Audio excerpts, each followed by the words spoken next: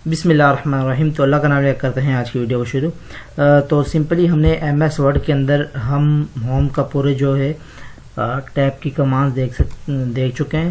Home की tab जो है इसके अंदर जो कमांडें हैं फाइंड, रिप्लेस, सिलेक्टिंग और ये सारी जो है इसकी कमांड्स हैं, ये हम देख चुके हैं। ठीक है, और फाइल के अंदर जो जो कमांडें मौजूद हैं वो भी हम देख चुके हैं पिछली वीडियोस में। तो आज की क्लास नंबर 5 है। तो आज हम इंसर्ट की कुछ कमांडें देखेंगे। यहाँ विकिपीडिया तक ये जो कुछ कमांडें हैं ये किस किस काम आती हैं, तो इसको हम आज देखेंगे। तो सबसे पहले हम आ जाते हैं कवर पेज के ऊपर। ठीक है, कवर पेज किससे इस्तेमाल होते हैं? जैसे MS वर्ड के ऊपर अगर आप कोई बुक लिखते हैं अपनी, ठीक है, जैसे बुक्स वगैरह नशर होती हैं, पब्लिश होती हैं, तो बुक्स जो आप लिखेंगे तो उसके जो कवर पेज होता है ये उसके लिए। ठीक है, कवर पेज बनाने के लिए इसके ऊपर आपको मुख्तलिफ किस्म के फ़ॉन्ट्स दे देगा, यानी कि आप देख सकते हैं कि आप जिस तरह का आपने कवर पेज बनाना होगा अपनी बुक का, तो आप वो जो है फ़ॉन्ट आप सेलेक्ट कर लेंगे।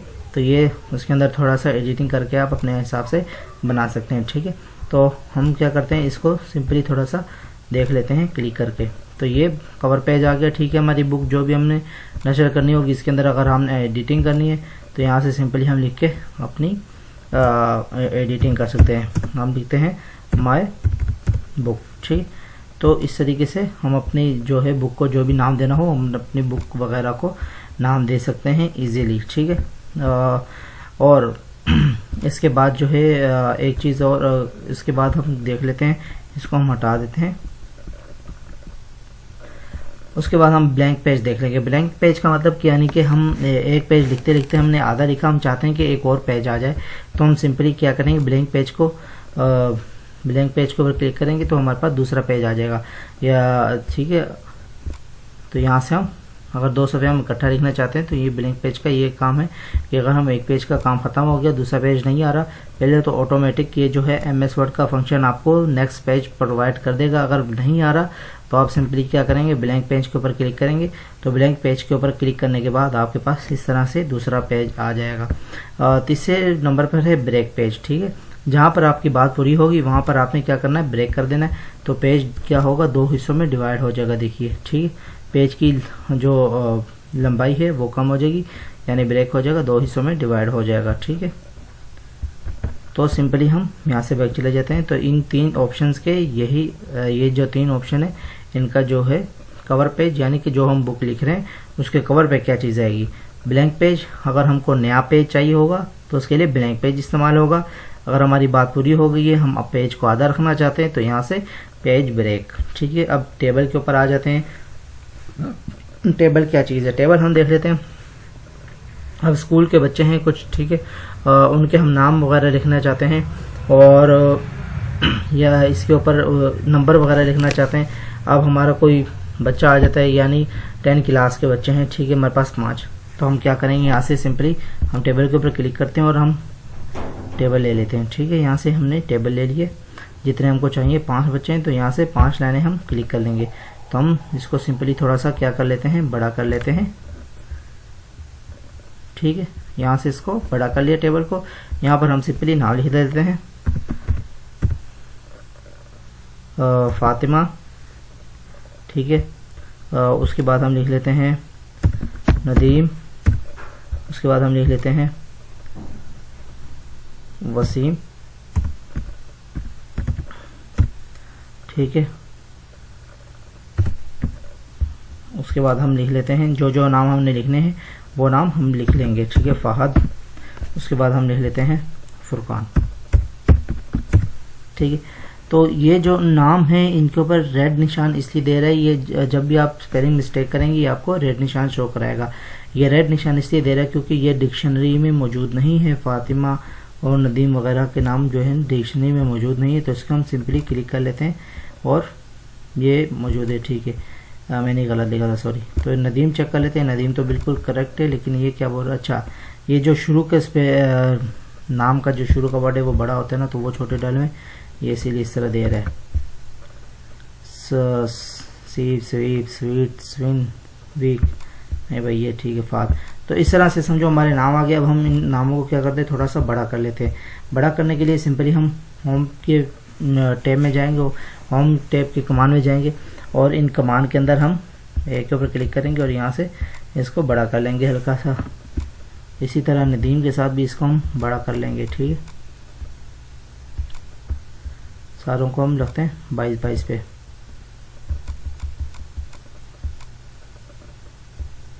ये 26 हो गए, चलो ये यहाँ पर ठीक है। तो अपने हिसाब से यहाँ पर एडजस्टमेंट कर लेनी। फिर उसके बाद क्या इनके नंबर कितने हैं, 100 नंबर हैं, ठीक है। इसके कितने आए हैं, 65 आए हैं, इसके कितने आए हैं। तो इस तरीके से यानी कि अगर हम किसी क्लास का रिकॉर्ड रखना चाहें तो इसके अंदर हम अपनी क्लास का रिकॉर्ड रख सकते हैं। यानी कि ऊपर इसके नामों के ऊपर आ जाएगी क्लास, यहाँ पर आ जाएंगे सब्जेक्ट्स और ये आगे नंबर आ जाएंगे, आगे उनका रिजल्ट आ जाएगा। तो आगे जाकर इंशाल्लाह एक्सेल के अंदर ज़्यादातर इस्तेमाल होता है। ये सीवी बनाने के लिए जो है ये कुछ फ़ॉन्ट जो है सीवी बनाने के लिए इस्तेमाल किए जाते हैं, ठीक है। इसके अंदर से सीवी बनाई है मैंने, वो मैं आपको दिखा देता हूँ। मेरी खुद की सीवी जो मैंने बनाई है तो वो मैं आपको थोड़ा सा दिखा देता हूँ, ठीक है। डॉक्यूमेंट्स, ये देखिए ये सीवी मैंने अपनी बनाई है और इसके अंदर देखिए ये जो है ये मैंने ये टेबल इस्तेमाल किया हुआ है, ठीक है। ये टेबल जो है ये मैंने इस्तेमाल किया है खुद ने। तो इसी तरीके से ये आप जिस चीज़ के लिए आपको चाहिए हो तो यानी टेबल आप यहाँ से देख सकते हैं। तो वापस हम अपने चले जाते हैं MS वर्ड के ऊपर, ठीक है। और MS वर्ड के ऊपर जाके ये हमने टेबल देख लिया, टेबल क्या क्या काम होता है यहाँ पर। और इसी तरीके से बाकी ऑप्शन तो आपको मालूम है। अब इंसर्ट के ऊपर वापस जाते हैं। टेबल हमने देख लिया, टेबल के अंदर क्या काम होता है।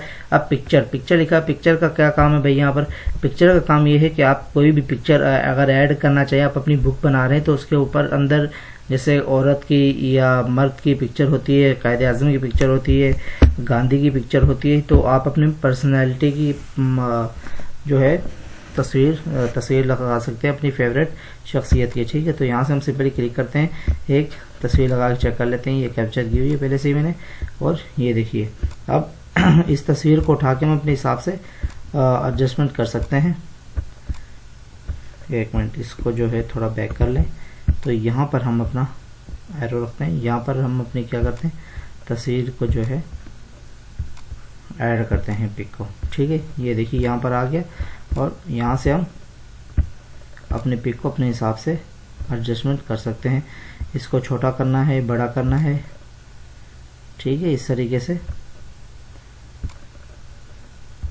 अब अपनी पिक को वो कर सकते हैं, एडजस्टमेंट कर सकते हैं। अच्छा, अब इस पिक को जो है ये साइड में ऑप्शन दे रहा है, ठीक है। यहाँ से हम क्या करेंगे, यहाँ से ये देखो बैकग्राउंड पे हमको ये पिक चाहिए या पिक ज़्यादा वाज़ेह चाहिए, हल्की चाहिए, तो इसके अंदर कटे हुए लफ्ज़ आ रहे हैं किस तरह, ये सारी जो है इस तरीके से ये पिक आएगी, ठीक है। हम थोड़ा सा हल्का रख लेते हैं, इसको हम थोड़ा ऊपर कर लेते हैं। ये देखिए बैक साइड में चलेगी, ठीक है।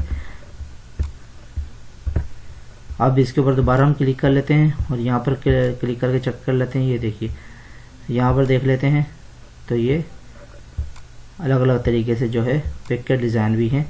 तो आपको जो अच्छा लगे आप उस तरीके से आप अपनी पिक भी ऐड कर सकते हैं, यानी यहाँ से आप प्रेजेंटेशन भी बना सकते हैं इजीली, ठीक है। फिर उसके बाद इंसर्ट के अंदर पिक्चर के अंदर आपने देख लिया कि पिक्चर किस तरह ऐड की जाती है, पिक्चर का काम क्या होता है कि आप अपनी बुक के अंदर पिक्चर ऐड कर सकें।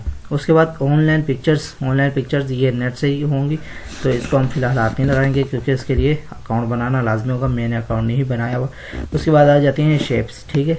शेप्स के अंदर हम देख लेते हैं थोड़ा सा, शेप्स के अंदर क्या क्या शेप्स हैं। कोई भी शेप अगर आपको चाहिए तो आप यहाँ से सिंपली उस शेप के ऊपर क्लिक कर सकते हैं। जैसे कि हमें कौन सी शेप चाहिए, ये शेप लगा दीजिए, हमें ये शेप चाहिए, ठीक है। यहाँ से ये हमने शेप क्लिक की, यहाँ पर ये शेप लगा दी। अब इसके अंदर हम राइटिंग वगैरह कर सकते हैं। ये ऊपर कुछ इसके ऑप्शन आए हैं, यहाँ से भी हम क्लिक कर सकते हैं, लेकिन ये शेप बस ठीक है। हमको ये शेप इसी तरीके से चाहिए। अगर आपको दिल वगैरह चाहिए तो ये शेप्स के अंदर हर चीज़ बनी हुई है, ठीक है। ये देखिए ये नीचे इसको आप करते जाएंगे तो यहाँ तक ये मुख्तलिफ़ किस्म की शेप्स हैं। हम यहाँ एक तारा बना देते हैं, ठीक, बस ज़्यादा ऑप्शंस को आपने हाथ नहीं लगाना है, ये आपको आखिर में समझाया जाएगा जब आप थोड़े से और आगे तक पढ़ लेंगे ताकि आपको इजीली समझ आ जाए। ठीक है, उसके बाद क्या है, इंसर्ट के अंदर शेप्स देख ली, शेप्स के अंदर स्मार्ट आर्ट। ठीक है, स्मार्ट आर्ट हम थोड़ा सा देख लेते हैं। स्मार्ट आर्ट में यानी कि अगर आपने कोई किसी चीज़ का नक्शा वगैरह बनाना है तो वो केमिस्ट्री के अंदर इस्तेमाल होने वाले की चीज़ें और प्लस माइनस के अंदर इस्तेमाल होने वाली चीज़ें तो वो यहाँ से हम सिंपली दे सकते हैं। ठीक है, हम इसको लगा लेते हैं यहाँ पर। तो स्मार्ट आर्ट के अंदर अब क्या है, अब हम मिसाल के तौर पे लगाते हैं सबसे पहले हम लगाते हैं क्या अपनी क्या नाम लेते हैं, लाइफ। ठीक है, लाइफ लिख लेते हैं। फिर उसके अगले ऑप्शन में क्या है, हम उसके अगले ऑप्शन में ले लेते हैं सेकंड। हमारे पास क्या होना चाहिए, सेकंड हमारे पास होना चाहिए जॉब। ठीक है, जॉब। ठीक है, थर्ड हमारे पास होना चाहिए मनी। ठीक है, चौथे नंबर पे हमारे पास होना चाहिए हाउस। पांचवें नंबर पर हमारे पास होना चाहिए कार। ठीक है, तो यानी कि ये इस तरह से अगर आप कोई मिसाल देना चाहें तो साइकिल वगैरह कुछ बनाना चाहे तो ये इस तरीके से आप यहाँ से इजीली बना सकते हैं और इसको ड्रैग एंड ड्रॉप भी कर सकते हैं, अपने हिसाब से एडजस्ट भी कर सकते हैं। तो ये शेप्स का यहाँ पर ये काम है, सॉरी शेप्स बोल रहा हूँ, स्मार्ट आर्ट का। ठीक है, उसी तरह ये चार्ट है, चार्ट भी आपको ये चीज़ें दिखाएगा, लेकिन चार्ट थोड़ा सा ऐसे डिफरेंट होगा। यानी कि अगर एक आबादी है, हमारा इलाका है बल्दिया टाउन इलाका है। ठीक है, तो बल्दिया टाउन के अंदर अब हम देखेंगे भाई मैट्रिक पढ़े हुए बच्चे कितने, 12वीं पढ़े हुए कितने बच्चे हैं और 12 से ऊपर जो पढ़ रहे हैं वो कितने बच्चे हैं, तो वो उसको चार्ट के ज़रिए से शो करवाया जाएगा। सिंपली हम चार्ट के ऊपर क्लिक कर लेते हैं तो यहाँ पर हमारे आगे मुख्तलिफ़ किस्म के चार्ट आ चुके हैं। ठीक है, ये चार्ट है कॉलम्स वाला, फिर लाइन वाला चार्ट है, फिर पिवट चार्ट है, फिर बार चार्ट है, फिर एरिया, और इसी तरीके से जो है हमारे पास चार्ट की मुख्तलिफ इकसाम में। ज़्यादातर जो चार्ट इस्तेमाल होता है वो कॉलम चार्ट इस्तेमाल होता है या लाइन चार्ट भी बहुत कम इस्तेमाल होता है, ज़्यादातर कॉलम चार्ट इस्तेमाल होता है। कॉलम चार्ट के अंदर भी फिर इन्होंने कुछ हमें वो ऑप्शंस दिए हुए हैं, तो सबसे ज़्यादा जो इस्तेमाल होता है वो ये चार्ट इस्तेमाल होता है। तो इसको हम थोड़ा सा चेक कर लेते हैं। ठीक है, यहाँ से अपने चार्ट को आप अपने हिसाब से एडजस्टमेंट कर सकते हैं। यहाँ पर देखिए कैटेगरी क्या है, हम रह लेते हैं वीक, जनवरी, फरवरी, मार्च, अप्रैल। ठीक है, इन चारों में जनवरी, फरवरी, मार्च, अप्रैल लिख लेते हैं। जन, ठीक है, उसके बाद फेब, इसके बाद